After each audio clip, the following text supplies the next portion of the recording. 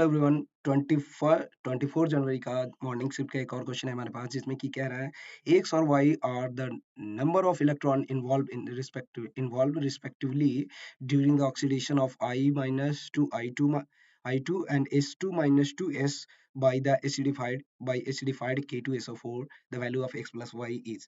ठीक है, ये क्वेश्चन थोड़ा सा अगर ऊपर नीचे भी हो तो आप एक बार देख लेना कि क्या पूछा था इसमें। मुझे जहाँ तक पता है इसमें एक्स और वाई का वैल्यू पूछा गया है, कितने नंबर ऑफ इलेक्ट्रॉन का चेंजिंग हो रहा था। तो ये क्वेश्चन जब मैं आपको डायरेक्ट एनसीईआरटी लेके चलता हूँ, ये बहुत ही मतलब एनसीईआरटी के डायरेक्ट लाइन से डी ब्लॉक के क्वेश्चन पूछे जा रहे हैं आजकल। तो मैं दिखाता हूँ, मॉर्निंग शिफ्ट में भी हमने देखा था 21 जनवरी को, उसमें भी डी ब्लॉक का एक क्वेश्चन पूछा था। तो सेम ही जगह से पूछा था, मैं दिखाता हूँ कि वो कौन सा क्वेश्चन था और क्या था क्वेश्चन, और ये इस वाले क्वेश्चन का सॉल्यूशन भी उसी जगह पे है।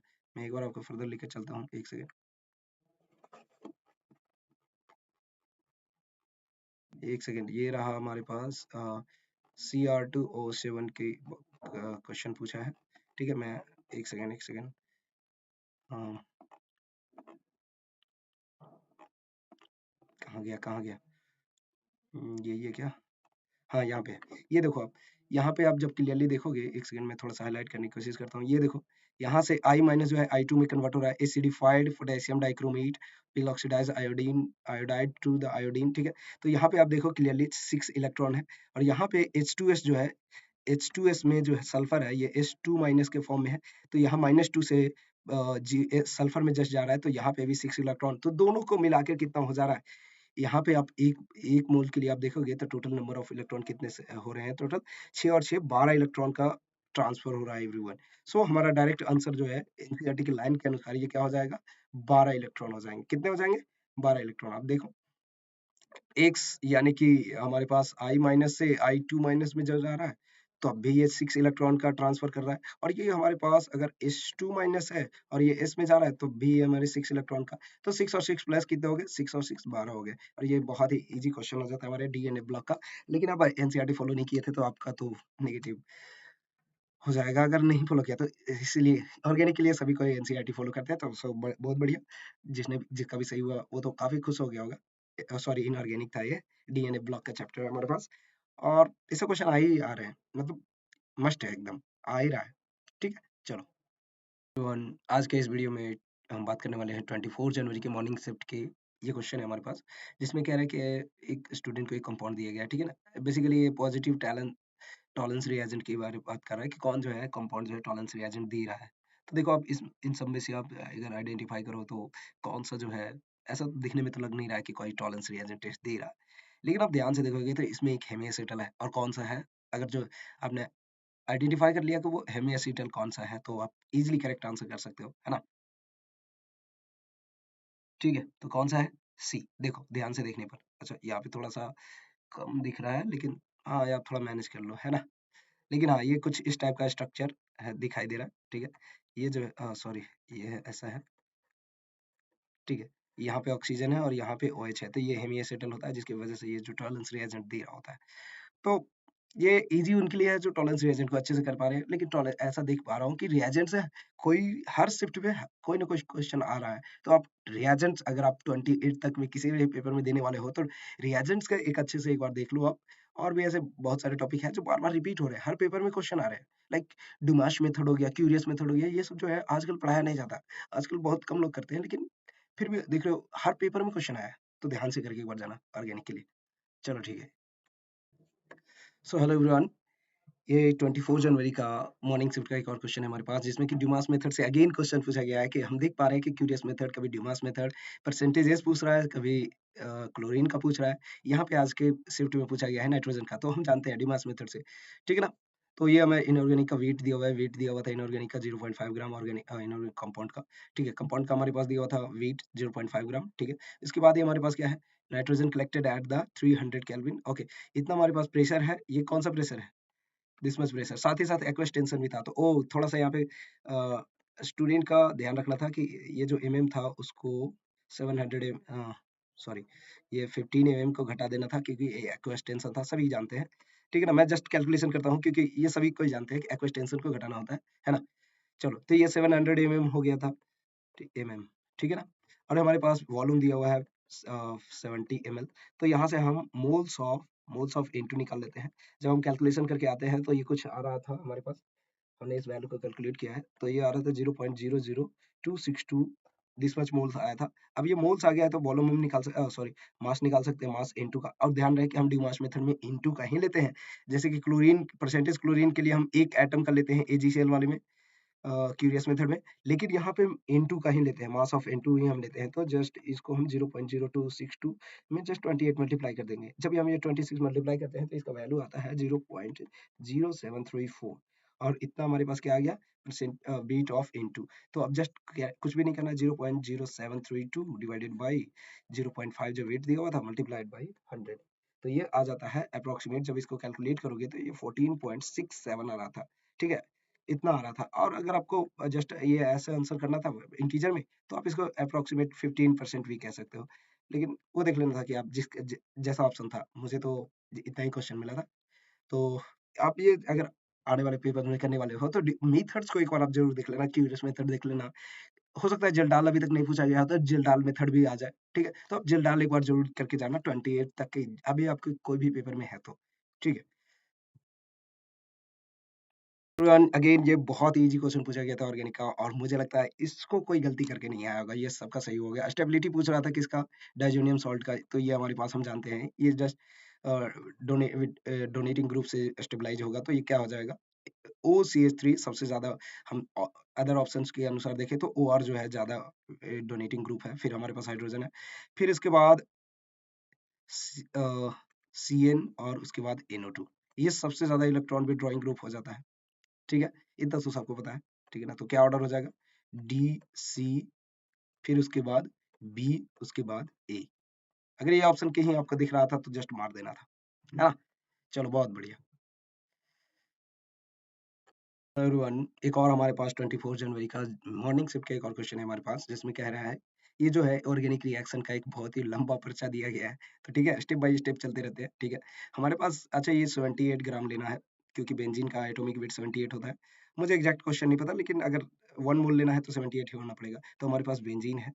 बेंजीन को कह रहा है कि नाइट्रेटिंग मिक्सचर के साथ जो है रिएक्शन कराता है तो ए फॉर्म होता है। नाइट्रेटिंग मिक्सचर सबको पता है, क्या पता है, HNO3 और H2SO4।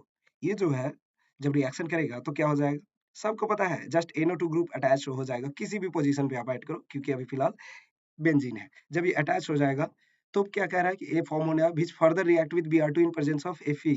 ये सबको पता है, Fe जो है, Fe के प्रेजेंस में Br2 कहाँ ऐड होता है, Br2, सॉरी। ठीक है, तो ये Br2 है, ये जो है Fe के प्रेजेंस में रिएक्शन करेगा तो कहाँ ऐड होगा, सबको पता है कहाँ ऐड होगा, बिल्कुल। ये इलेक्ट्रॉन विड्रॉइंग पे ऐड हो, विड्रॉइंग ग्रुप अटैच्ड है, जिसकी वजह से जो है ये हमारे मेटा ग्रुप पे ऐड हो जाएगा, ये ब्रोमीन। अब कह रहा है कि इस वाले जो कंपाउंड बी है, ये हमारे पास ए है और ये हमारे पास बी है। अब इस बी को फर्दर हम शो कर रहा है FeHCl के साथ, तो यहाँ पे क्या होगा, ये FeHCl एक रिड्यूसिंग एजेंट के रूप में काम करेगा, और क्या करेगा, रिड्यूसिंग एजेंट के फॉर्म में काम करेगा, तो ये NH2 में कन्वर्ट कर देगा, जस्ट FeHCl के साथ। ठीक है, तो ये जो है NO2 हमारा, ठीक है, मैं क्वेश्चन उत्तर पढ़ लिया हूँ फिर। ठीक है, तो ये जो है ये रहेगा और ये NH2 में बदल जाएगा। ब्रोमीन का कुछ नहीं होगा, क्योंकि ब्रोमीन तो आप जानते ही हो। ठीक है, ब्रोमीन यहाँ से कुछ नहीं होगा। अब कह रहा है कि इसको डाइजोनाइज किया जा रहा है। ठीक है, क्या किया जा रहा है, डाइजोनाइजेशन किया जा रहा है, जो कि सी दे रहा है। अच्छा, इसके बाद जो है इसका डाइजोनाइजेशन करते हैं, तो डाइजोनाइजेशन में क्या होता है, अरे मेरे थोड़ा टंग गड़बड़ा रहा है। ठीक है, अब समझ रहे हो ना, ये N2Cl हो जाता है, N2 प्लस और Cl माइनस। ठीक है, और ये नीचे में Br जो अटैच रहेगा, वो पोजीशन चेंज नहीं करना, मेटा में कोई मेटा से पैरा पे कोई नहीं कर देगा। ठीक है, अब इसका क्या हो रहा है, अब ये हमारे पास एक और रिएक्शन है, ये रिएजेंट किस किस को याद होगा, अब ये क्या होगा, ये जस्ट डाइजोनियम सॉल्ट जो है इसके साथ कॉपर के साथ सॉल्ट अलग कंपाउंड बना लेगा और Br इसको अटैच करा देगा। ये सबको पता है, ये NCERT में डायरेक्ट मेंशन भी है। जब आप देखना चाहो तो मैं दूसरे वीडियो में दिखा दूंगा, क्योंकि अभी हमारे पास समय की कमी है थोड़ा। यहाँ पे ब्रोमीन ऐड होगा और यहाँ पे भी ब्रोमीन ऐड होगा। ठीक है, तो ये हमारे पास फाइनल प्रोडक्ट बन रहा है, ये सी है या डी है, अच्छा नहीं, ये सी था, अच्छा ये सी था और ये प्रोडक्ट हमारा डी है। ठीक है, ये हमारे पास फाइनल प्रोडक्ट डी है। तो क्या पूछ रहा है, find the mass of the product D in GM. Okay, ये डी का हमें वेट बताना है, तो क्या हो जाएगा, दो ब्रोमीन है तो 2 मल्टीप्लाइड बाय 80। ठीक है, 80 हमारा वेट होता है, और हमारे पास 1 2 3 4 कार्बन है, सॉरी 4 हाइड्रोजन है, और 6 कार्बन है, तो 62 72 72। तो हमारे पास 76 प्लस 160 ये कुछ आ जाएगा 7 6 13, तो 236 आ रहा है आंसर, देख लेना एक बार। ठीक है, यही था क्या आंसर? सो हमारा 236 आंसर एवरीवन इस वाले क्वेश्चन के लिए। और ये बहुत ही मतलब ऑर्गेनिक की तरह, ऑर्गेनिक के लिए बहुत इजी क्वेश्चन था। लेकिन किसी ने भी एक भी रिएजेंट मिस किया तो प्रोडक्ट मिस कर देंगे, और प्रोडक्ट मिस करेंगे तो आंसर गलत हो जाएगा। एक बार फिर से मैं बताता हूँ कि हमारे पास बेंजीन था, वो जो है नाइट्रेटिंग एजेंट के साथ क्या नाम है, नाइट्रेटिंग मिक्सचर के साथ रिएक्शन करवाया जा रहा है, तो NO2 अटैच्ड होता है, ये सभी को पता है। अब ये NO2 जो है इलेक्ट्रॉन विड्रॉइंग ग्रुप काम कर रहा है, और Br2Fe जो है इसके साथ जो है ब्रोमीन जो है अटैच्ड होगा मेटा पोजीशन पे। ध्यान रहे इलेक्ट्रॉन विड्रॉइंग ग्रुप है, इसलिए मेटा पोजीशन पे। ठीक है, अब ये जो है HCl के साथ रिड्यूस हो जाएगा, NO2 जो है NH2 में बदल जाएगा, और ये जो है डायजोनाइजेशन करवाने की वजह से ये N2Cl में कन्वर्ट हो जाए, और यही C है। अब इसको हम जस्ट CuBr और HBr के प्रेजेंस में अगर रिएक्शन कराते हैं तो ये हमें जस्ट ब्रोमीन ऐड हो जाता है, और वो N2Cl वाले में से कॉपर जो है रिएक्शन एक अलग प्रोडक्ट बनाता है। चलो, तो हमारा प्रोडक्ट इस वाले प्रोडक्ट का वेट पूछा था। ठीक है, तो ये हमारे पास फाइनल प्रोडक्ट है, उसका वेट जो हम निकालते हैं, तो यही आंसर था। सो आई होप आपको सबको पता है। हेलो एवरीवन, एक और हमारे पास बहुत ही इजी क्वेश्चन पूछा गया। जीओसी का पार्ट आप ये कह सकते हो, जीओसी का ही पार्ट है एकदम। देखो विनाइल क्लोराइड, विनाइल हम लोग किस वाले पोजीशन को कहते हैं? डबल बॉन्ड वाले पोजीशन को ही हम लोग विनाइल कह देते हैं। तो ये हमारे पास क्या हो जाता है? ये विनाइल पोजीशन है। और यहाँ पे अगर हमारे पास कोई ग्रुप जुड़ा हुआ है, जैसे अगर यहाँ पे क्लोरीन जुड़ा हुआ है, तो ये विनाइल क्लोराइड हो गया। ठीक है, इसी तरीके से यदि हमारे पास कोई डबल बॉन्ड के साथ एक कार्बन अलग से अटैच्ड है, तो ये वाला पोजीशन एलाइलिक पोजीशन होता था। ये सबको पता है, ये सबको पता है, लेकिन मिस किया होगा किसी ने, तो कंफ्यूजन में गलत किया होगा। ठीक है, तो ये एलाइलिक हमारे पास हो गया। ये क्या है? एलाइलिक पोजीशन है। और इस वाले ग्रुप पे यहाँ पे आप कुछ भी अटैच कर दो, जैसे क्लोरीन ही अटैच कर दो, तो ये क्या हो जाएगा? एलाइलिक क्लोराइड हो जाएगा। तो ये एलाइल क्लोराइड हो गया।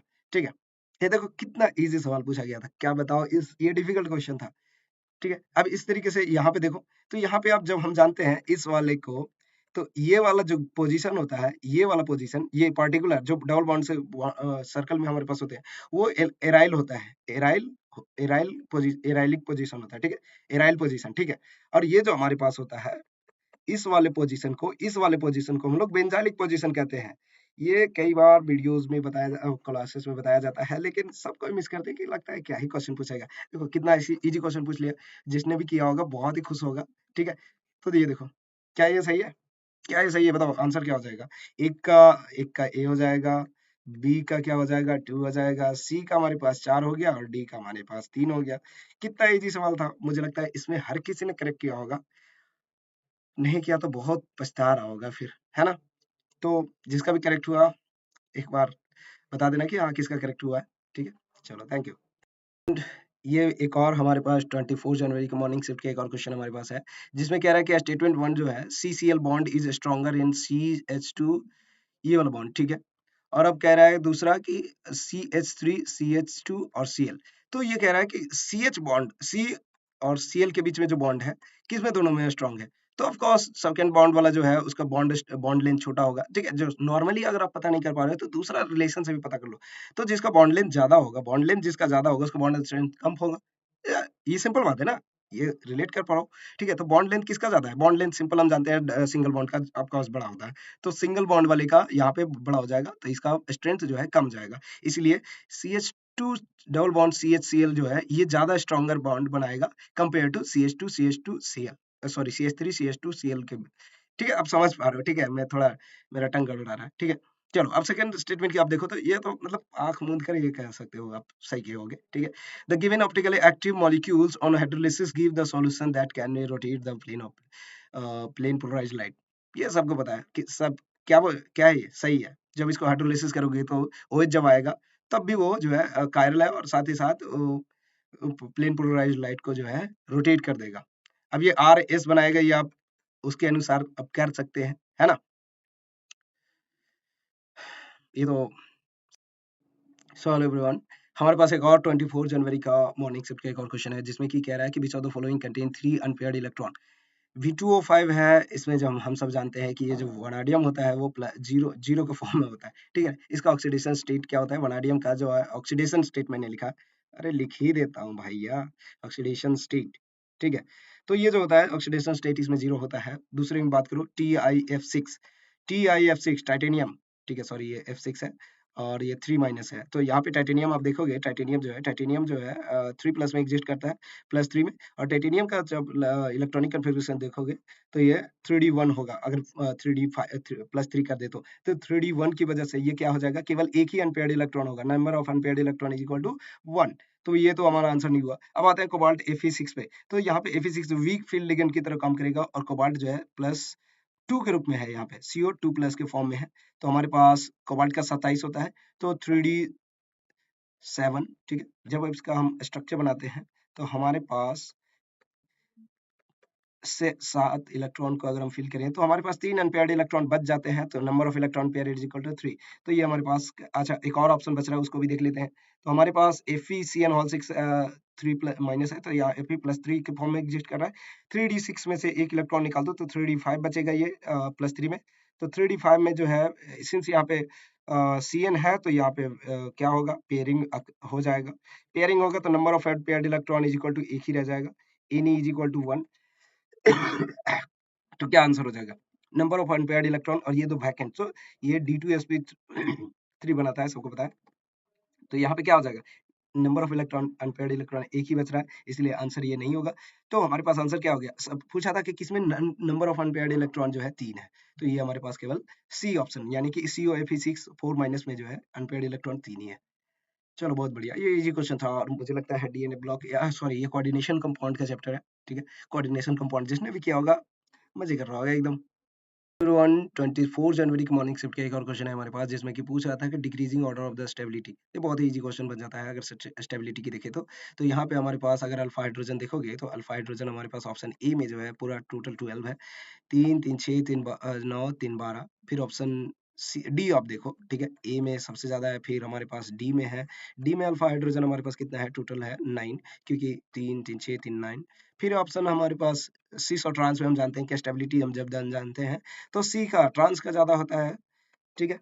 अल्फा एच अगर सेम है तो हम क्या देखेंगे, ट्रांस, ट्रांस जो होता है ज्यादा स्टेबल होता है सिस से, ये सबको पता है, सबको पता है, अगर नहीं जानते हो तो जान लो, ठीक है। ये एनसीईआरटी में एक क्वेश्चन तो आपको कहीं ना कहीं आपको दिख में जाएगा कि स्टेबिलिटी के बारे में पूछा गया क्वेश्चन जो है, जो इसमें है ट्रांस ज्यादा स्टेबल है एज कम्पेयर टू। यहाँ पे थोड़ा सा हिंड्रेंस का आप कंसेप्ट लगा सकते हो, जीओसी में आप पढ़ते हो, और बहुत ही अच्छे से अगर आपने जीओसी कवर किया है तो आप इजीली से जानते हो कि अल्फा एच सेम हो जाए तो हम सिस और ट्रांस में ट्रांस का स्टेबिलिटी ज्यादा दे देते हैं, ठीक है। तो यहाँ पे सी ज्यादा हो जाएगा, सॉरी डी, हाँ सी ज्यादा हो जाएगा, सी और बी में अगर बात करें तो ए हो जाएगा आंसर, डी हो जाएगा, फिर सी आ जाएगा, फिर बी आ जाएगा। तो आंसर यही था हमारा ऑप्शन। कोई भी ऑप्शन अगर आपको है, अगर ये ऑप्शन आपको कहीं भी दिख रहा था तो आपको वो टिक करना था, क्या था, ए डी सी बी, ये करेक्ट, बिल्कुल। So hello everyone, again carbon ion का क्वेश्चन पूछा गया है स्टेबिलिटी के बारे में। तो जीओसी से दो क्वेश्चन, तो इसमें ऑलरेडी जीओसी से 3 क्वेश्चन आ चुके हैं इस वाले पेपर में। तो आप ध्यान से देखो तो यहाँ पे इस टाइप का कुछ क्वेश्चंस है, जिसमें कि डिफरेंट डिफरेंट ग्रुप पे हमारे पास CH2 माइनस को जो है स्टेबल देना करना था, ठीक है। मैं एक बार ठीक है, ये हमारे पास कुछ स्ट्रक्चर है जिसमें कि CH2 माइनस, इसका स्टेबिलिटी करना था। तो एक में हमारे पास, मैं दिखाता हूँ यहाँ पे, पैरा पे ब्रोमीन जुड़ा हुआ था एक में, और दूसरे में जस्ट ये क्या है, CH2 माइनस है, और तीसरा में हमारे पास जुड़ा हुआ है पैरा पे हमारे पास CHO ग्रुप जुड़ा हुआ है। CHO एक electron, strong electron withdrawing group होता है, केवल विदड्रॉइंग ग्रुप काम कहने से काम नहीं चलेगा, है ना। तो अब जब ध्यान से देखोगे, ओहो इसमें तो भैया क्या है, अब देखो खुद ही देखो, ओ आर का है, ओ आर है, तो ये क्या होता है, इलेक्ट्रॉन डोनेटिंग ग्रुप होता है। तो ये क्या करेगा, हाईली अनस्टेबिलिटी, हाईली अनस्टेबल होगा। तो सबसे ज्यादा जो है ये सी अगर है, अगर ये बी है और ये ए है, तो ये सी के बाद ए आएगा, फिर ये बी है तो फिर बी आएगा, ये डी, सबसे लास्ट में हमारे पास डी होगा। तो सी सबसे ज्यादा, फिर हमारे पास ए आ जाएगा, फिर हमारे पास बी आ जाएगा, फिर हमारे पास डी आ जाएगा। तो ये ऑप्शन आपको आंख मूंद कर टिक करना था, अरे नहीं नहीं, आंख खोल कर टिक करना था, ठीक है, क्योंकि भाई ये गलत भी हो सकते हैं ना, बहुत ही कीमती है ये सब, और बहुत ही इजी क्वेश्चन पूछा गया था। तो जीओसी से इस वाले पेपर में 3 क्वेश्चन पूछे गए थे, और तीनों बहुत ही शानदार थे, और सबसे इजी क्वेश्चन पूछे गए थे। तो मुझे लगता है कि सबने करेक्ट किया होगा, वेरी गुड। और ये किसी ने सोचा ही नहीं होगा कि इतना इजी भी क्वेश्चन पूछा जा सकता है। हमारे पास एक फिनॉल है, उसका रिएक्शन हमारे पास किससे करवाया जा रहा है, ठीक है, इसका रिएक्शन हम NaOH के साथ करवा रहे हैं, तो क्या हो जाएगा, हमारे पास एक प्रोडक्ट बनेगा ONA, ठीक है, O माइनस Na पॉजिटिव और साथ ही साथ हाइड्रोजन गैस। पूछा क्या है, ध्यान से पढ़ना था क्वेश्चन, गैस X, ठीक है ना, तो ये X है, ठीक है, इसको X समझने की गलती मत करना, कंपाउंड हमारे पास पूछा था, ठीक है ना, तो X हाइड्रोजन था, ठीक है। इसी तरीके से हमारे पास एक और रिएक्शन था जिसमें कह रहा था कि बेंजोइक एसिड जो है वो क्या है, ये बेंजोइक एसिड है जिसका रिएक्शन हम करवा रहे हैं NaHCO3 के साथ। हम जानते हैं ये रिएक्शन होता है, साथ ही साथ ये प्रोडक्ट बनाता है, जस्ट एक सॉल्ट बना देता है जिसमें कि C माइनस Na प्लस हो जाता है और साथ ही साथ ये CO2 गैस रिलीज करता है। सबको पता है कि ये CO2 गैस रिलीज करता है, तो इसका वेट जो होता है 44 होता है और ये हाइड्रोजन जो होता है उसका वेट 2 ग्राम। तो 2 और 46 इतना सिंपल मल्टीपल एडिशन तो हमें भी नहीं आता है वो आता है, ठीक है। तो ये 44 प्लस 2 इज इक्वल टू 46, इतना तो इजी आ रहा था सबको और सबने करेक्ट किया होगा और जिसका भी करेक्ट हुआ बहुत ही खुश होगा वो, क्योंकि बहुत ही इजी क्वेश्चन बन गया था ये ऑर्गेनिक का। और आज के पेपर में तो ऑर्गेनिक की भरमार लगी है ना। सो बेस्ट ऑफ लक आने वाले पेपर के लिए। अगर आप देख रहे हो तो ट्राई करना कि आप हाइलाइटेड पोर्शन को जो है, जितने भी पेपर आ रहे हैं उसको आप देखो, एनालाइज करो, ज्यादातर जो है कौन से क्वेश्चन रिपीटेड हो रहे हैं। मैंने अभी तक देखा है हर पेपर में कोई ना कोई मेथड से रिएजेंट से जरूर सवाल पूछा है। रिएजेंट का नाम पूछ ले, रिएजेंट का कहीं रिएक्शन में यूज करा दे, कहीं ना कहीं तरीके से रिएजेंट का नाम पूछ रहा है और कहीं ना कहीं कोई टेस्ट से क्वेश्चन पूछ दे रहा है। इस वाले पेपर में ही खुद देख लो, क्यूरियस ड्यूमास मेथड से पूछा है, पिछले वाले पेपर में एक क्यूरियस मेथड से पूछा था, अभी जलदाल से नहीं पूछा गया है, तो जलदाल एक मेथड हो सकता है, मैं पिछले वीडियो में भी कहा था। एवरीवन, एक और हमारे पास बड़ा ही शानदार क्वेश्चन है, बहुत ही इजी क्वेश्चन है हम कह सकते हैं। ये आप जो है मोस्टली डीएनए ब्लॉक में पढ़ते हैं, लेकिन सॉरी माफ कीजिएगा, ये पी ब्लॉक में पढ़ते हैं हम लोग। ये क्लोरीन सॉरी कैसे, हाँ, फ्लोरीन फैमिली, और हम लोग फ्लोरीन फैमिली में ही पढ़ते हैं, ठीक है। जिसमें आप देखोगे तो IF3 है हमारे पास, इसका हमारे पास क्या स्ट्रक्चर बनेगा, तो हमारे पास आई के पास 7 इलेक्ट्रॉन है, तो चलो हमें 7 इलेक्ट्रॉन दे देता हूँ, ठीक है। ये 3 इलेक्ट्रॉन मैं इसको दे चुका हूँ, ठीक है, ठीक है। तो ये हमारे पास कुछ ऐसा हो जाएगा, ठीक है। तो ये जो है हमारे पास लोन पेयर ज्यादातर कनेक्ट यहाँ पे होंगे, सॉरी, ये कोई एक ही इलेक्ट्रॉन लो और इसके ऊपर एक ही इलेक्ट्रॉन दो, ठीक है। और ये जो है हमारे पास टी शेप बनता है, ठीक है ना। यहाँ पे लोन पेयर आ जाता है और यहाँ पे भी लोन पेयर रिपल्सन, ये इस वाले एज वाले, ठीक है, सबको पता है इस टाइप का स्ट्रक्चर बनता है। तो ये क्या बनता है, ये बनता है sp3d। इसी प्रकार हम अब जब देखोगे आई एफ फाइव का स्ट्रक्चर बना हूं, तो ये आई हो गया, एक दो तीन चार पाँच छः, एक हमारे पास लोन पेयर होगा, बाकी 5 हमारे पास फ्लोरीन अटैच्ड होंगे। तो ये कुछ सीसो ज्योमेट्री बनता है और इसका कॉन्फ़िगरेशन होता है sp3d2, ठीक है। कहीं अगर आपको दिख रहा है तो sp3d2 स्क्वायर पिरामिडल, सॉरी, सीसो ज्योमेट्री नहीं, सीसो में तो यहाँ पे एक ही लोन पेयर हो, तो सॉरी माफ कीजिएगा, sp3d में एक ही लोन पेयर हो, तो यहाँ पे 2 है लोन पेयर, सॉरी, ठीक है। तो ये जो है स्क्वायर प्लानर है, सॉरी, स्क्वायर पिरामिडल, ठीक है।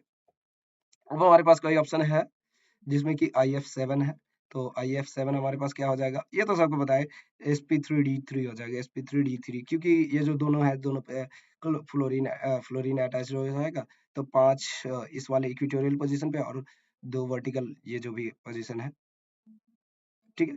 तो ये वाले पोजीशन पे आ जाएगा। अब हम आज बात करते हैं ClO4 माइनस का। तो यहाँ पे सबको पता है Cl जो है डबल बॉन्ड बनाता है हर किसी के साथ, और ये जो नेगेटिव है क्लोरीन के पास चला जाता है सेंट्रल एटम, ठीक है। तो ये sp3 बनाता है टेट्राहेड्रल, सॉरी टेट्राहेड्रल, ठीक है। तो चलो देख लेते हैं ऑप्शन में। हमारे पास ये sp3d टेट्राहेड्रल है, सॉरी sp3 टेट्राहेड्रल, ये वाला बात है भाई, सॉरी डी का 3 है हमारे पास, डी का 3 है हमारे पास किसी ऑप्शन में, डी का 3 है, डी का 3 दो ऑप्शन है, ठीक है। सी का हमारे पास, सी का कितना है, sp3d3 पेंटागोनल बाइपिरामिडल, डी का सी सी का हमारे पास कितना होना चाहिए, 1, सी का 1। तो ये थर्ड ऑप्शन जो है मैच कर रहा है। सो ये अगेन बहुत ही इजी क्वेश्चन पूछा गया था स्ट्रक्चर से। अगर आपको स्ट्रक्चर याद थे, आपने बनाया था एक बार, तो आपने जरूर बना दिया होगा। आई होप कि आपका ये क्वेश्चन बहुत ही इजी था, सबको पता है ना। चलो बहुत बढ़िया। जय मीन्स 2026 में 24 जनवरी की मॉर्निंग शिफ्ट का एक और क्वेश्चन है हमारे पास, जिसमें कि कह रहा है पोटेशियम, मैग्नीशियम और एल्युमिनियम और boron is the correct order in terms of the metallic character. ओ भैया, मेटेलिक कैरेक्टर से हर बार प्रॉपर्टी में पूछा जा रहा है क्वेश्चन। पीरियोडिक टेबल से भी हर पेपर में एक ना एक क्वेश्चन हमें देखने को जरूर मिला है, और मेटेलिक कैरेक्टर से तो लगभग हर पेपर में मुझे देखने को मिला है। 2 पेपर में तो मैं पिछले पिछले 2 वीडियो में आप जब देखोगे तो कहीं न कहीं आपको मिल जाएगा कि हमने ये डिस्कस किया भी है। तो ये पोटेशियम जो है फोर्थ पीरियड का एलिमेंट है, और ये जो है ज़्यादा मेटेलिक होता है क्योंकि ये ग्रुप 1 का एलिमेंट है। ग्रुप 1 का ये जो है क्लास 10th में ही पढ़ा रहे होते हैं, 9th में भी सबको पता होता है, ठीक है। और ये Mg जो है ग्रुप 2 का एलिमेंट है, ग्रुप 2 का, ठीक है। और ये ग्रुप 1 का है, तो सबसे ज़्यादा ये पोटेशियम हो जाएगा, फिर मैग्नीशियम हो जाएगा। उसके बाद हमारे पास एल्युमिनियम होता है, जो कि थोड़ा एम्फोटेरिक नेचर का भी होता है, जिसकी वजह से कम मेटेलिक होगा कंपेयर टू मैग्नीशियम। और उसके बाद बोरोन, बोरोन तो एक नॉन मेटल है भैया। अब इसके लिए तो कोई बहस नहीं करना चाहेगा, ये सही था, ये स्टेटमेंट सही है कि ये मेटेलिक कैरेक्टर का ऑर्डर सही है। अब बात कर रहा है atomic radii is always greater than the ionic radius of any element. Okay, ये गलत बात है, क्योंकि एटॉमिक रेडियस की आप बात करते हो तो एनायन का सबसे ज्यादा बड़ा होता है, फिर एक एटम का होता है एटॉमिक रेडियाई, ठीक है। उसके बाद हमारे पास कैटायंस का रेडियाई होता है, ठीक है। तो क्या हो जाएगा, ये ऑर्डर फॉलो होता है, लेकिन ये कह रहा है कि भैया नहीं, एटम का ही हम सबसे बड़ा कर देंगे, तो ये तो गलत है, ये दादागिरी हो गई इसकी, है ना। तो ये गलत है। तो स्टेटमेंट 1 सही है, स्टेटमेंट 1 सही है, सही है। स्टेटमेंट 2 जो है गलत है, ठीक है। तो आप, ये ऑप्शन हमारे पास है ही नहीं, तो क्या ही कहूँ, ठीक है। बहुत अच्छा। ये तो मुझे क्वेश्चन देख के ही हंसी आ रही है कि इस क्वेश्चन का कोई गलती कैसे कर सकता है। ये बहुत ही इजी क्वेश्चन था एवरीवन। अगर आपको वर्डन का केवल फॉर्मूला ही आता थर्मोडायनेमिक्स में, तो आपने 4 मार्क्स ले लिए होंगे, है ना। बहुत ही easy question everyone. Free expansion सबको पता है, वर्डन में वहां पे 0 होता है, ठीक है। रिवर्सिबल एक्सपेंशन की बात करें, रिवर्सिबल एक्सपेंशन की, तो हमारे पास यहाँ पे ये होता है V final by V initial, ठीक है। कंप्रेशन में भी इनिशियल ज्यादा बड़ा हो जाता है, जिसकी वजह से, ठीक है। तो यहाँ पे जस्ट एक्सपेंशन की पूछा है, तो B final by B initial, काम खत्म। अब बात करते हैं इरिवर्सिबल की, तो फॉर्मूला देख लो, एक्सपेंशन में V final minus V initial, ये सही है, ठीक है। तो बस यही था आंसर। एक का हमारे पास, एक का 2 था, और बी का हमारे पास 1 था, सी का हमारे पास 3rd था, और डी का हमारे पास 4th था। तो बस यही ऑप्शन था। देखो इतना इजी क्वेश्चन विवॉन, इसका तो मुझे लगता है किसी ने भी करेक्ट मतलब गलत नहीं किया होगा, सबने इसको करेक्ट किया होगा, और बहुत ही इजी क्वेश्चन था, क्योंकि जस्ट केवल फॉर्मूला आपको याद रखना था। अगर आपको फॉर्मूला याद था तो ये आप इजीली कर रहे थे, है ना। तो बेस्ट ऑफ लक एवरीवन, जो आने वाले एग्जाम्स के लिए 24th का मॉर्निंग शिफ्ट का ये पेपर था रहा, और हमने सारे पेपर का लगभग पेपर का सारे क्वेश्चन लगभग कर चुका हूँ, ठीक है। कोई अगर आपके पास एक्स्ट्रा क्वेश्चन है जो ऐसा लग रहा है कि हाँ ये क्वेश्चन नहीं था, ये क्वेश्चन हमारे पास है, तो लिख कर भेज दीजिए हमें, हम कमेंट बॉक्स में देख लेंगे, ठीक है। वहां से हम आपको उसका सॉल्यूशन भेज देंगे। सो अपकमिंग वालों के लिए बेस्ट ऑफ लक एवरीवन, और दो जिनका पेपर हो चुका है बहुत बढ़िया। अब जो है अगले अगले पेपर के लिए तैयारी करो, अप्रैल के लिए, ठीक है। So best of luck everyone, I wish you very best of luck. Thank you, thank you for watching the video. If you are new, please try to subscribe my channel, okay. Why I am saying try to, try to no, subscribe करके जाना, ठीक है। चलो bye.